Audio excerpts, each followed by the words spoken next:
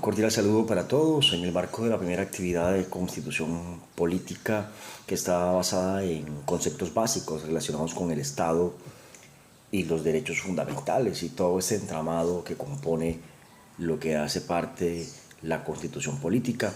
El Estado viene siendo una organización política administrativa que posee un territorio y que tiene un propósito y unas funciones de brindarle un buen vivir, una vida digna a todos sus ciudadanos. Por eso los estados siempre van a ser independientes, autónomos, legítimos y van a estar compuestos del territorio, pueblo, marco jurídico, nación y burocracia, estos como unos elementos que hacen parte del mismo. Recordemos bien que ese concepto de Estado fue primero hablado en el marco de la filosofía política por Maquiavelo, y el Estado de cierta manera establece un ordenamiento jurídico donde va a basar sus derechos. En ese ordenamiento jurídico está la constitución política, las leyes, jurisprudencias, decretos que hacen las entidades territoriales, reglamentos, pero que la constitución siempre en ese ordenamiento jurídico va a consagrar unos derechos que son fundamentales y que estos derechos fundamentales van a estar alineados a auspiciar el orden y la justicia,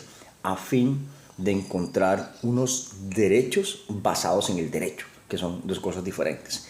Y ese derecho lo que va a propender es regular las relaciones humanas en la sociedad.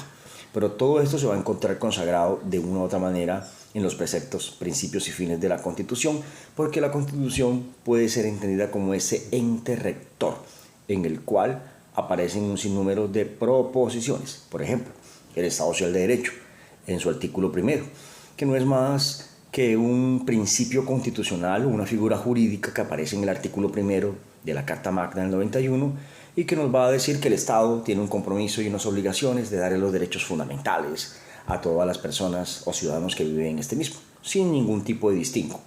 Por lo tanto, la Constitución y el Estado va a propender para que este Estado Social de Derecho se base en tres grandes características. Uno, que es de corte democrático, es decir, es para todos. Dos, tiene un carácter jurídico, es decir, aparece en el marco del derecho positivo, es decir, el derecho escrito. Y tres, último y no menos importante, es social, porque se cobija para toda la sociedad en general. La razón de ser entonces de todo este entramado constitucional es salvaguardar la integridad de las personas en aras de poder robustecer esa figura que se llama vida digna y la persona humana. Muchas gracias. Hablemos ahora de que Colombia es un Estado social de derecho, pero retomemos lo que eso significa, haciendo de esa relación intrínseca que existe entre derecho y Estado, toda vez que precisamente el derecho es el responsable de garantizar ciertas acciones dentro del Estado, como cuáles: garantizar la justicia social, dignificar toda la vida del hombre como uno de sus principios fundamentales, y además moldear a través de normas el comportamiento humano y condicionar a través del derecho la relación entre sujetos y dentro de la sociedad. Esto nos permite decir que ese Estado, ¿cierto?, regula todas las acciones precisamente para lograr la convivencia y para garantizarle a los ciudadanos que se asocian dentro de ese marco jurídico una relación de convivencia pacífica que busque básicamente la justicia.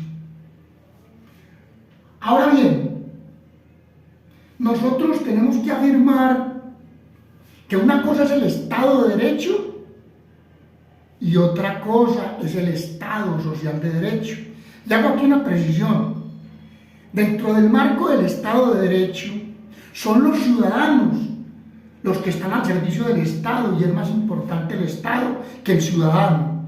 Pero contrario censo, cuando la Constitución de 1991 dio ese salto a denominarse el Estado colombiano como un Estado social de derecho, lo que se impuso por encima es que ya el importante no es el Estado, sino que el importante es el ciudadano, y por eso la necesidad de garantizarle los derechos y las libertades, pero además también exigirle unos deberes dentro del marco de la convivencia.